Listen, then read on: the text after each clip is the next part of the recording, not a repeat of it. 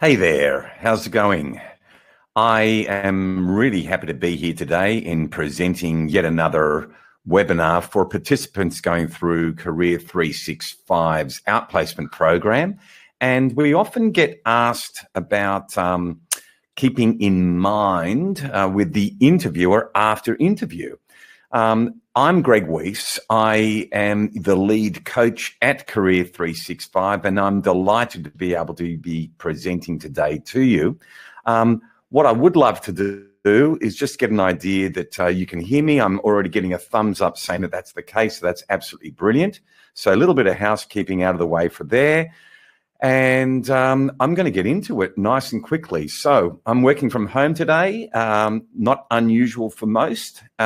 And got my trusted podcast microphone here. I'm going to also work from a little bit from my new book, which I'm very proud about.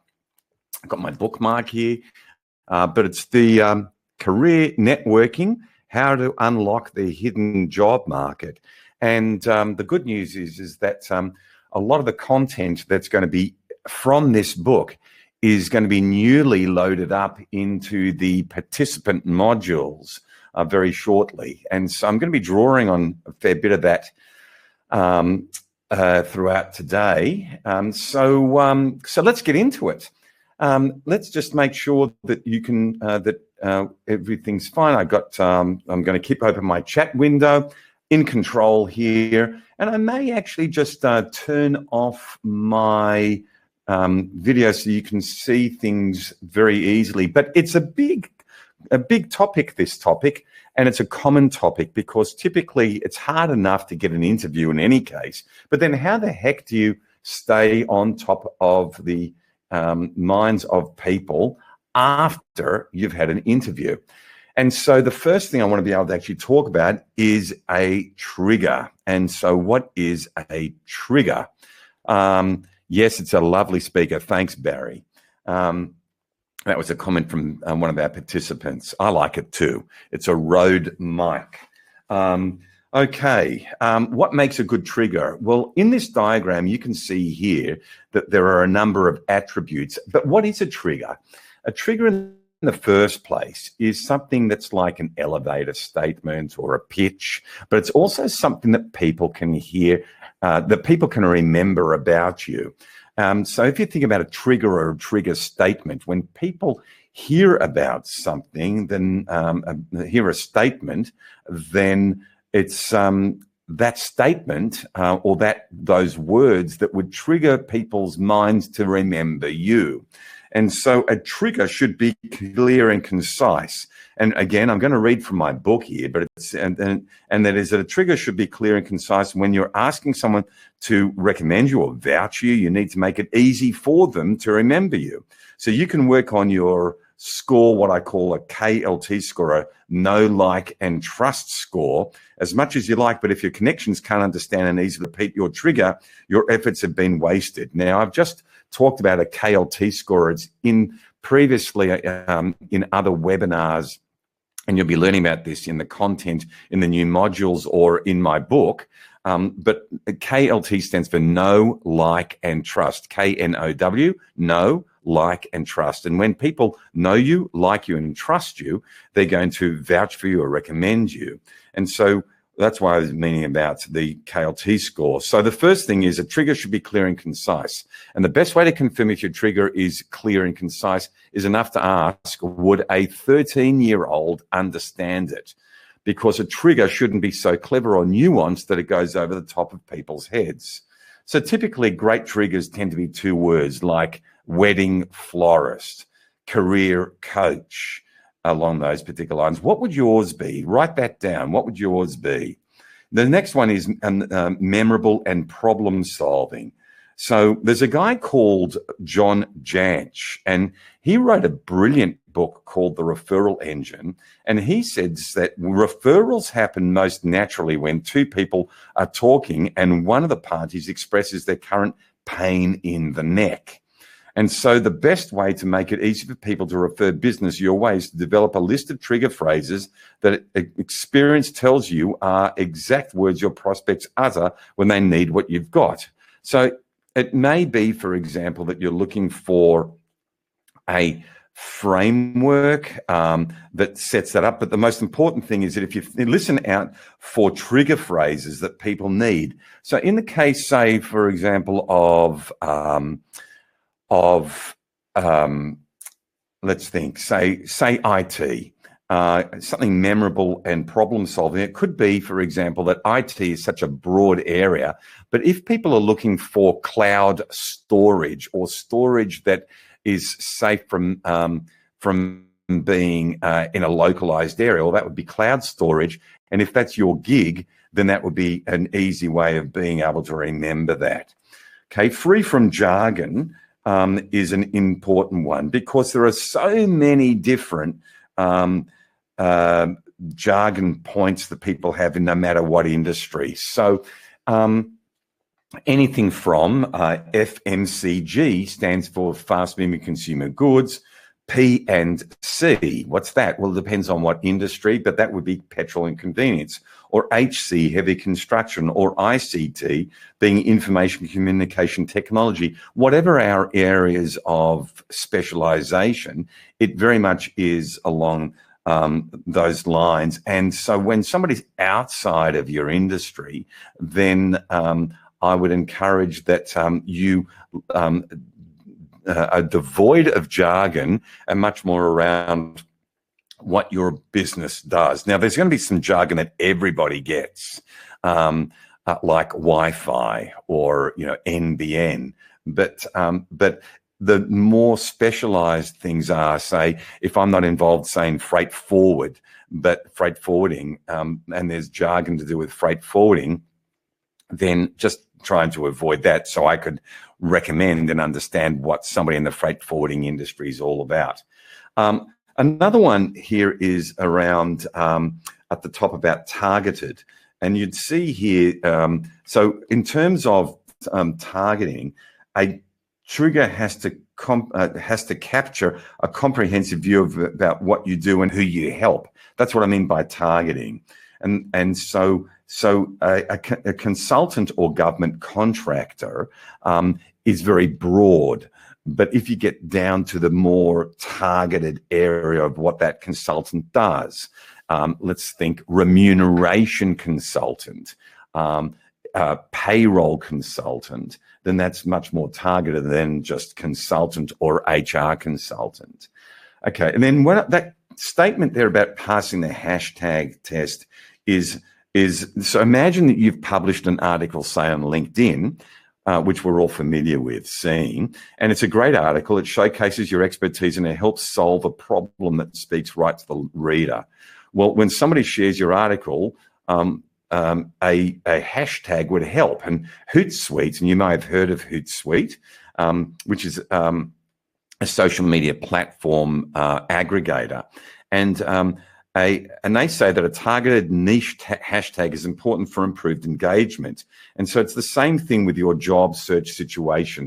So any hashtag use in that situation would be clear and a good representation of an article. It may be even a catchy phrase. So let me use the example of yours truly, me. And although I work in HR and also a career coach, it may not be clear to everyone what it is that I do exactly. But when I say to people that I am the career accelerator, it becomes crystal clear that I help people ramp up their career no matter what their circumstances. And so I just encourage you to think about what might be your hashtag test, what might be your concise statement.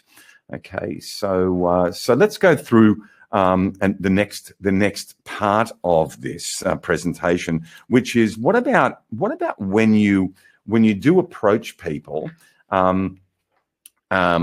afterwards or beforehand. So it may be, for example, that you want to warm people up in terms of your networking, and how you can follow through with them, and so on and so forth. So I've purposely arrayed in here pre-interview, pre-connections, and so on. But there's an array of other scripts which I'm happy to go through, and it may be, for example, that you've met somebody at an interview, you never really exchanged cards with each other, but you might want to reach out to them, and so on and so forth. So these also allow from a networking perspective. And what I've done in this presentation today is to talk about how it is that you may be able to warm up people, not just about post-interview, but at any particular point in time, because that's going to give you much more utility. And then you can actually morph these into some other things, which we can talk about a little bit later as well, or in your questions. And I'm going to actually ask you, if I can, to just park, if it's okay with you. I might, depending on the questions I'm getting, I may park some of your questions, but I have had one that's come through saying, so Greg, are you saying we should work out a good trigger phrase for using in an interview? Probably leading into an interview would be helpful, or that at least when people are remembering who you are. So it's a good question, and I'm going to actually morph this again, this content around an interview so that people can remember who you exactly are, because they may interview, say, 4 or 5 or 6 or 7 people, a good several number on the shortlist. So how can they remember you? So in the same way, for example, that I am known for, I'm going to actually turn on my camera here, bald head, right? Often the name Greg is really hard to remember. And I use this on a pretty regular basis. Greg, egg.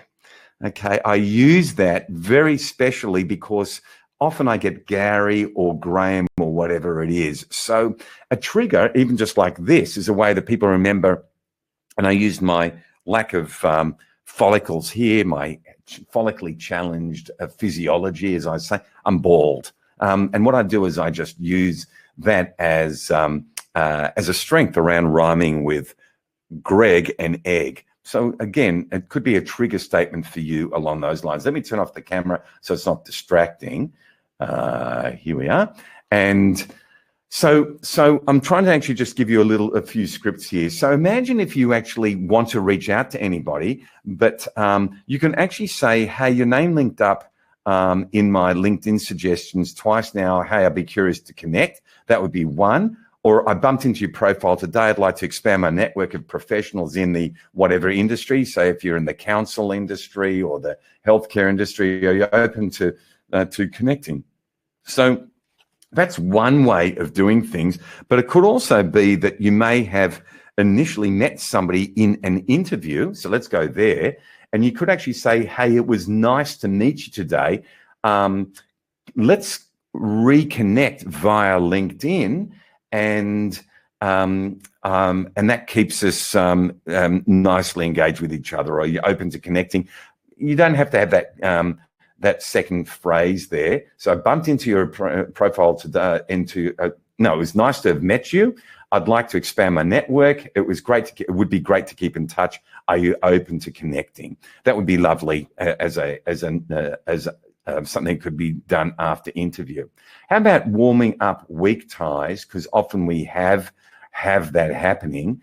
And it may be that a weak tie already is somebody who you've just met once. You may have had an interview. It may have actually been somebody you bumped into in the corridors and you introduced on the way through to an interview. That sometimes happens, rare, but it sometimes happens. So here's a way that we can use this basis for networking, but I'll morph that again into a post-interview thing. So this script works when used in LinkedIn. Hi, say Fred. I was going through my network today and think it would be great for us to connect further given our similar roles. I'm confident I have a few ideas, wouldn't mind finding helpful. Could we jump on a quick call next week? I've used that a few times myself, and warming up weak ties might be interesting along those lines. Might get about 1 or 2 out of 10 or 20 to say yes. but warming up weak ties is an important thing. What about if you actually just happen to have an interview and you bumped into somebody in that proverbial corridor, etc., and you remember who that person is, and then reached out to them through LinkedIn? It could be along the lines of, hey, it's really nice to bump into you before my interview, and I was hoping to connect further with you, given we're in a similar industry, or I may be working with you. I wouldn't mind asking you a few questions about the business. Would you be happy to connect? Now, some people may be open to that, and some people may otherwise be a little uncomfortable with that. It's just worthwhile trying in terms of some of these particular scripts. What about dormant ties? And I'm running through this, but again, it could be that in terms of this book here, which is newly launched, or in terms of the content that's in your bundles of modules as you're going through the outplacement program, that you're going to end up having access to all this content around networking. You can morph these into interview and networking contact. Here's for dormant ties. So what's a dormant tie? Is somebody who you've known for a while but haven't been in touch with for a while. And so it's been a while since we've spoken, but say something happened, an event happened the other day, and it made me think of you. A walk in the park, you bumped into somebody who's a mutual connection, you saw an article in the press or something along those lines. And so we'll just continue on here. How are you? I'd love to have a quick chat next week if you're open to it. So what would actually happen? Here's another way of potentially keeping in touch with somebody who you've just met at interview. And it would be along the lines of changing this to something like, it was really lovely to have spent time with you at interview at X, Y, and Z company the other day. You might remember I asked a question about this, or I suggested I'd follow through with an article that I thought would be relevant based on the interview that we had together. Something along those lines. I'd love to catch up after you've read the article, if you're open to it. It could also just be that you just provide them with an article. So along those particular lines, it's really important. How about here? That's perfect. More segue into this. I came across this article this morning about XYZ topic that may have actually come across in your interview, and it reminded me that you worked in the space or whatever. So in the case of an interview, you might say, hey, I came across this article this morning about whatever it is, and it reminded me that we talked about this at the interview. Okay, anyway, I thought it might interest you. Let me know your thoughts. Now, that's a really wonderful value add that you can provide to people who interviewed you. And I'll tell you now, if you did something like this, it would be extremely rare that anybody would follow up after an interview with something like this. So it's absolutely superb engagement that you could have with the people who you met on the panel or one-on-one or otherwise. But it shows that you're interested in this particular topic to them and they with you. So just remembering, a dormant tie is somebody who, out of the busyness of life, has just lapsed in terms of the frequency in which you're catching up with each other. And depending on how lapsed that relationship is, or how dormant that relationship is, it's not that hard to reignite those ones. Okay, now, what about at interview in terms of etiquette? So I know that last part was a little bit of a morph between, say, networking and post-interview contact, but I wanted to do that specifically for you. Okay, and so I'm glad I'm getting some reaction there saying that these happen to be really good scripts. So thank you very much. What about with etiquette? Look, etiquette is a really, it's not often talked about, but let's just be frank about things and just say that polite behavior when networking is absolutely paramount, and and during your interview and post-interview, it's a really important thing for you. So it might sound really old school, but what I wanted to suggest is a few tips about etiquette. And when I say here building your KLT score, remember your KLT score comes up with your know, so KNOW, do people know you? The L is like you, and do people trust you? So the higher they know you, the higher they like you, the higher they trust you, the more they're going to think that you're going to be a fit, that they can vouch for you in case you don't have an interview. Say you're runner-up at an interview, but they really liked you, they're going to keep you somehow or other in mind, maybe in case the person that they did hire doesn't make it through probation or something else comes up. Or they may actually say, gosh, you were so damn good. Look, maybe I shouldn't do this, but I'm going to recommend you to my mate who works at a competitor or something along those lines. But the bottom line is that etiquette is a really important foundation. So how to put your best foot forward. Some of this stuff's going to be a little obvious, but let's just go through it. And that is that in terms of arriving a little early, when you're meeting with anybody, particularly the interview, show some respect for their time. It's also very helpful to arrive a little early because what will happen is that you can sit in a reception and gauge the interview, the company's culture.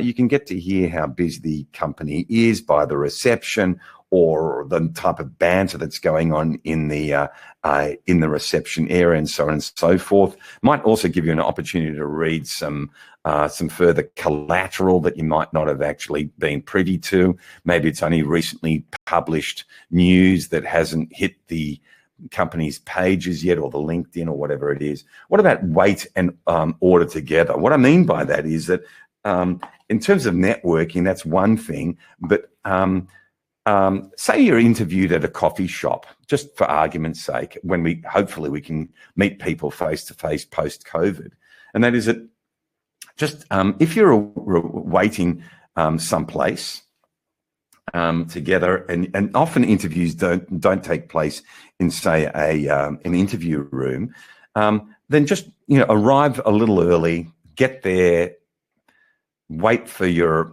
interviewer to arrive. And then just let the concierge know, or the maitre d' know that you've arrived, and then that this is the table you're in. But just wait to order coffee, for example, together. Okay, that's one thing that I'm saying here. If you're at a company and getting interviewed, all I'm suggesting there is just wait around until you follow the lead of the interviewer, so that if they're taking off a jacket, then you take off yours, so that you can more or less, in neuro-linguistic programming or NLP purposes, it's called pacing, so that you have a similar set of body language and similar things along those lines. Making consistent eye contact. Well, that's just evidence. That's just evidentiary. It's basics, and that is that in order for you to be able to engage well with anybody at any interview or any social interaction, the more distracted you are, the worse of the connection, heart to heart, mind to mind, that you will have. So the idea being, make consistent eye contact. Keeping language and stories clean. Look, I'm going to be very conservative here, and just depending on really the industry, but I'd suggest that you go in conservative, appealing to the bulk of the bell curve and the normal curve.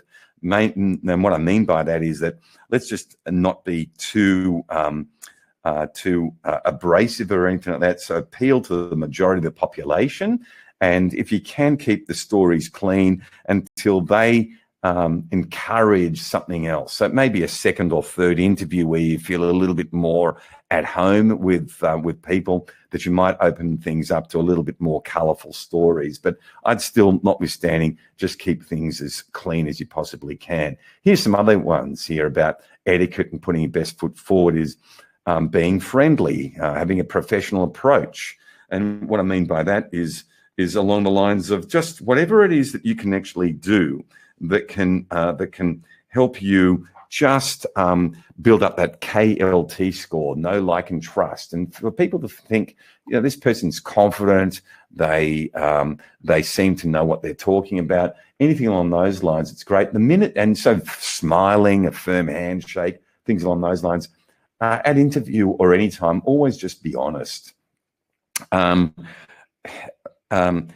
think enough said on that.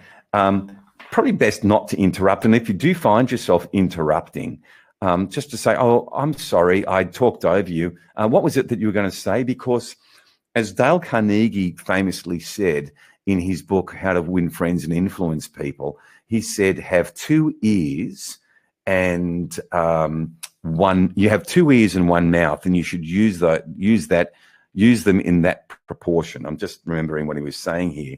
And so by interrupting, you're not going to get information from the other person. By listening, you will. And then also just be aware that at interview, you might be mindful of people's time, because you may have, for example, an hour dedicated to each other. And I'd be just checking in definitely at interview around how much time people do have, because there may be a misunderstanding. So an example of that today is that I met with an HR director and we agreed to meet through Microsoft Teams, and there was a small technical issue, but notwithstanding, we had about half an hour together. And I started to round things up at about 28 minutes past the hour, despite the technical issues, because frankly, I wanted to honour my time, but importantly, I wanted to honour her time. And so it's a similar thing. Just be aware of each other's time constraints. And so with that, I just want to make sure that you're aware that any of these things are there to be able to not put a spanner in the works where they think, God, the person's just been, technically great, but wasn't he sort of a bit awkward or a bit sort of strange when it came to his social skills? Because the higher up you go, the more important it is that people are going to be hiring people who are not just technically excellent at what it is that you do, but they want to see the full package. What about these other things? Put your phone away. Well, hello, and that's a pun intended. Hello. You shouldn't be saying hello whatsoever. My hello there is go figure if that really needs to even be said. Just put your phone away on silent so you're not disturbed. If, however, you've got some emergency happening and you say, look, I'm in an interview, but my father's had a fall and I just need to know that he's okay. Is it all right if, in fact, if I get a buzz every now and again, I just look at that? You could say that, but otherwise 99% of the time, that's going to be a major distraction for you and not honouring whatever situation you find yourself in. Now, following up quickly, if they've asked you for information, you may actually offer to provide information to the interviewer, or they may actually say, you know what, that's really interesting. Why don't you actually, could I have a look at that? And so, for example, if you've done a presentation on something or a business plan on something that's not, divulging confidences too much, and so on and so forth. But whatever the collateral that you've agreed to send through, follow up quickly. Now, how quickly? I'd say within 24 hours, 24 business hours. If you use Google, say Gmail, I'm not aware of these functionalities on any other platform because I use Google's email suite, but I know that we can schedule out emails. So it may be that after an email on a Friday afternoon, you send it first thing on a Monday, you can schedule that for, say, 8 a.m. So check out the scheduling function on whatever email system that you currently use. How about thank every person that you speak with? Well, that would be absolutely sensational. And you can do that through LinkedIn. You should connect with people through LinkedIn. You can thank everyone that you speak with, saying, look, it was really lovely having an interview with you. These are the points I hope I made clearly at interview, and you could actually have an opportunity to go back for sale for like a reinforcement of your own value proposition as a future employee or otherwise with that organization. But you should thank everyone that you actually spoke with or you interviewed by. How about never badmouth employers? Now, this is important because let's just say you've been made redundant, you're feeling a little bit sort of pissed with the whole thing. Sorry about the vernacular, but I'll use it in any case. And so what would you do? Would you ever badmouth employers? No, because the thing is that if at interview you say something bad about somebody else, they're going to actually think, well, that's a bit poor form. You can always, and what would he say or she say about me in case what didn't work out exactly nicely either. So what I'm just going to suggest is there's always a great way of being able to talk around a difficult situation. So never badmouth them. Example, if you've been made redundant during COVID, it's not about you, it's your situation, it's the world situation at the moment. And so you never badmouth the employer for having made that decision. It's not a pleasant one, but that's the way it is. How about sending a thank you note by snail mail? Now, there's a nice idea because in say 15, 20 years ago, let's call it 15 years ago, maybe even 10, it would have been probably more common to actually receive something. And an example of this is how many Christmas cards do you get nowadays? I get very little, but I get a lot of email, just as an example. And it's representative of how much mail we're all getting. Australia Post is complaining about the number of articles it's handling in letter form are going down, but clearly, going up in other forms like, Amazon parcels and so on and so forth. So coming back to this particular point, if you sent a thank you note by snail mail, it stands out from anybody else because they just don't get a mail. So how would you do this? If John Smith was in the technical department of Acme Corporation, you'd write to that person. You'd find out the postal address. Maybe on your way out from reception, you can always find that out, and just write down John Smith, technical department of Acme Corporation, whatever it is, and then just make sure you can get it there.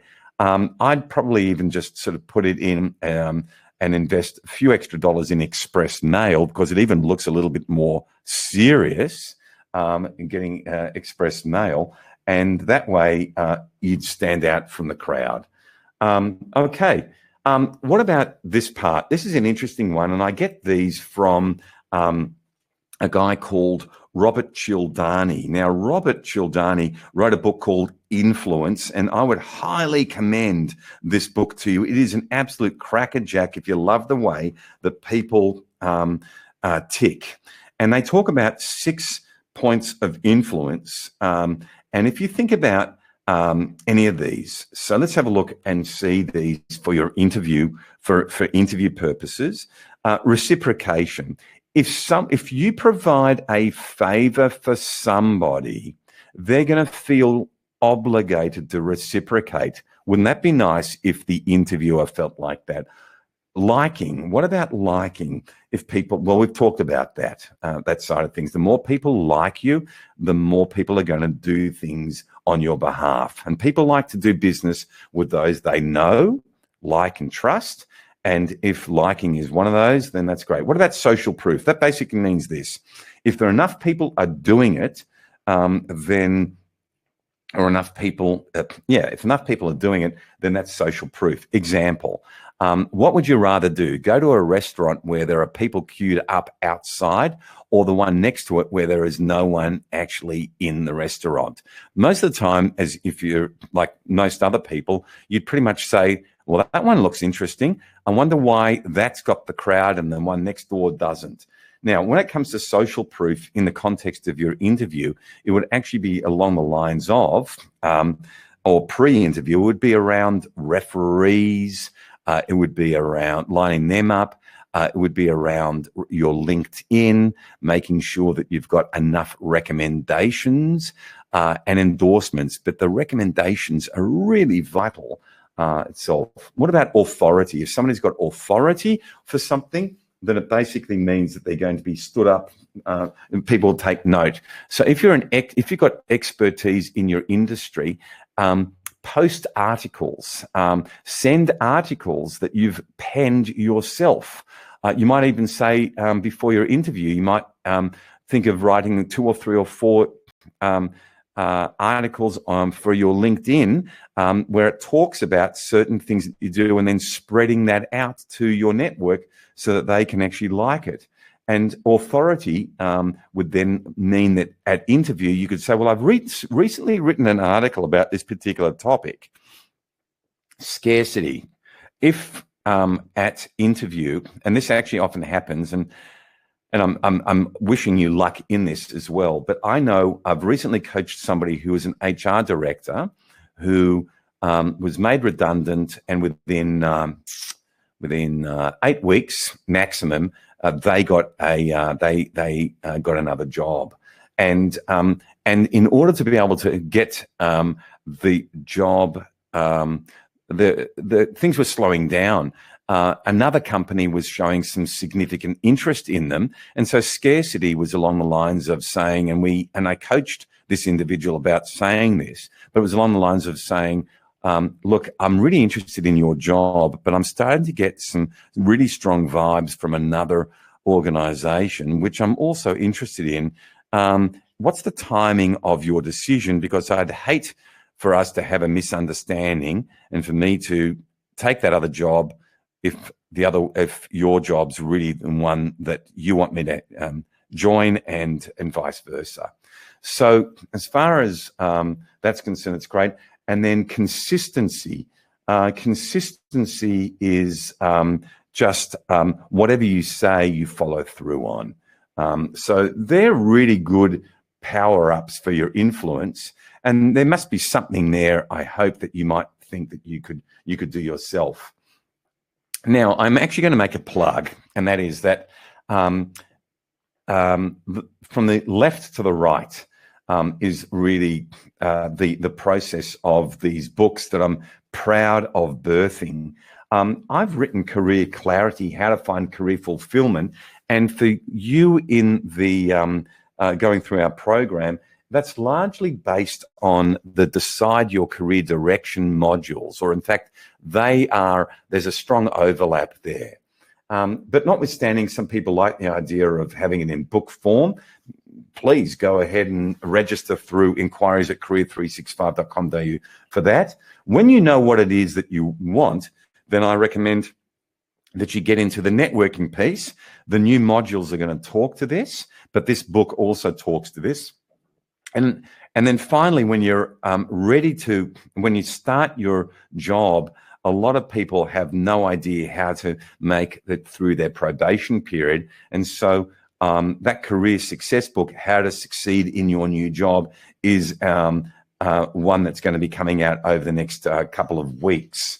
Once it's literally going through final proof stages, and then we're going to get this thing printed. So register your interest there. But it also may be that you've got some friends who aren't given an outplacement program like you have been, and you think they could do with these very practical and insightful books. Okay, I'm really proud of them. I know that they work, and they're all based on proven expertise that we've developed here at Career 365, drawing also in on expertise from other resources like Harvard, McKinsey, and so on and so forth. Okay, next steps. I'm going to be recommending that what you do is you dive in further into your modules, really connecting with this participant support group, booking a coaching session with your coach. If it's me, I'm looking forward to reconnecting with you, and then register for your books. Okay, now, questions. Do any of you have any questions for me around any follow through? And whilst these are coming in, I just want to make sure that you're familiar enough with the territory of what we actually covered off. So we talked through a trigger statement. We talked about the aspects of a good trigger. We talked about some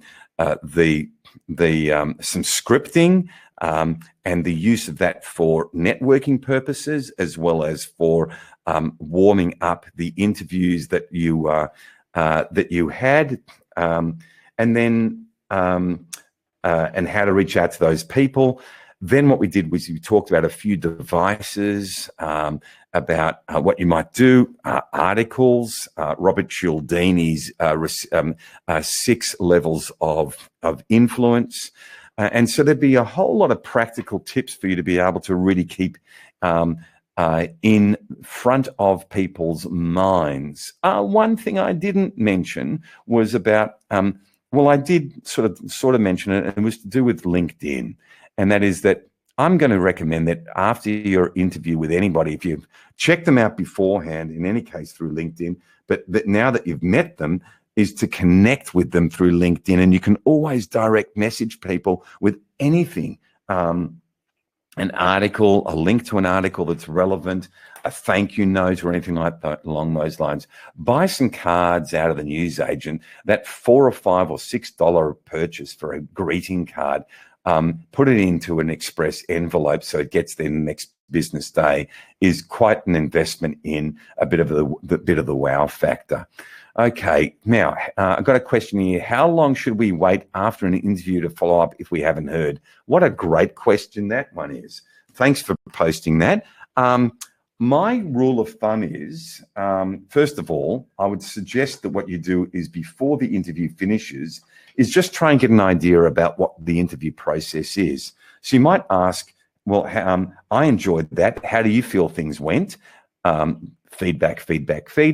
Is there anything else that that you would like me to share before we finish up that might clarify any aspects of me? So these are important feedback mechanisms for you. And then finally, what I do before wrapping things up would be, so what's the process look like? How many other candidates are you seeing, or what's it look like? And then what? But you might have an idea that they're going to be that they might be interviewing a few other people. So you get an idea. In the next week, I might circle back to them. So you might say, hey, can I circle back to you in a little while? When would be appropriate? They might say, give me a week. And so over that week, that's an appropriate thing. And also I'd find out what's the most appropriate way of me coming back to you: email, mobile phone, LinkedIn, and you can get an agreement with them about that. So that's a really good question about how long we should wait. Sometimes I've got a question here. Sometimes organizations have a pause on hiring, but after the interview, if you get a message advising there could be some more time before finding out, would you consider calling? Yes, I would. It's a really good question. So sometimes organizations have a pause on hiring, but after the interview takes place, I think is what the question is. If you get a message advising there could be some more time before finding out, could you consider calling? It is absolutely appropriate to call. I'd find out, and certainly in COVID, it's going to become increasingly common for people to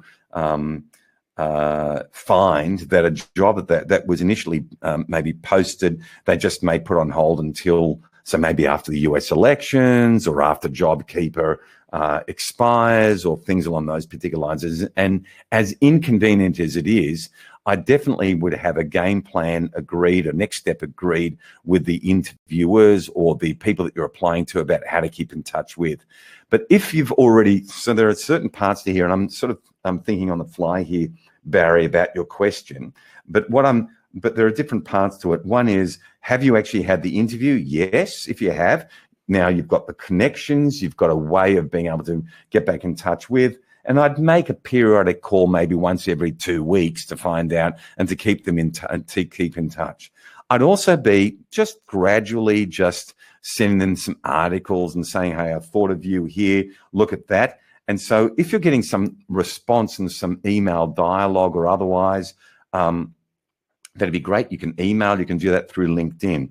If you haven't met people before the interview, but you know that you've been shortlisted for a job or otherwise, I'd just be keeping in touch with them as well, but just reaching out to find out when it's appropriate. So it's almost like a sales cycle. You want to keep sort of somewhat fresh, keep the prospect warm, and the prospect is your future employer. Another question was here. Thanks for that. That's great. So Barry asks, seems like policy change impacting due to costs will, okay. And so I think it's not uncommon during, that may be a statement. So let me just add to that. And that is that, look, there are some changes around. Look, this is being recorded on the 29th of October, just ahead of the US elections. And no doubt there's a lot of uncertainty in the marketplace.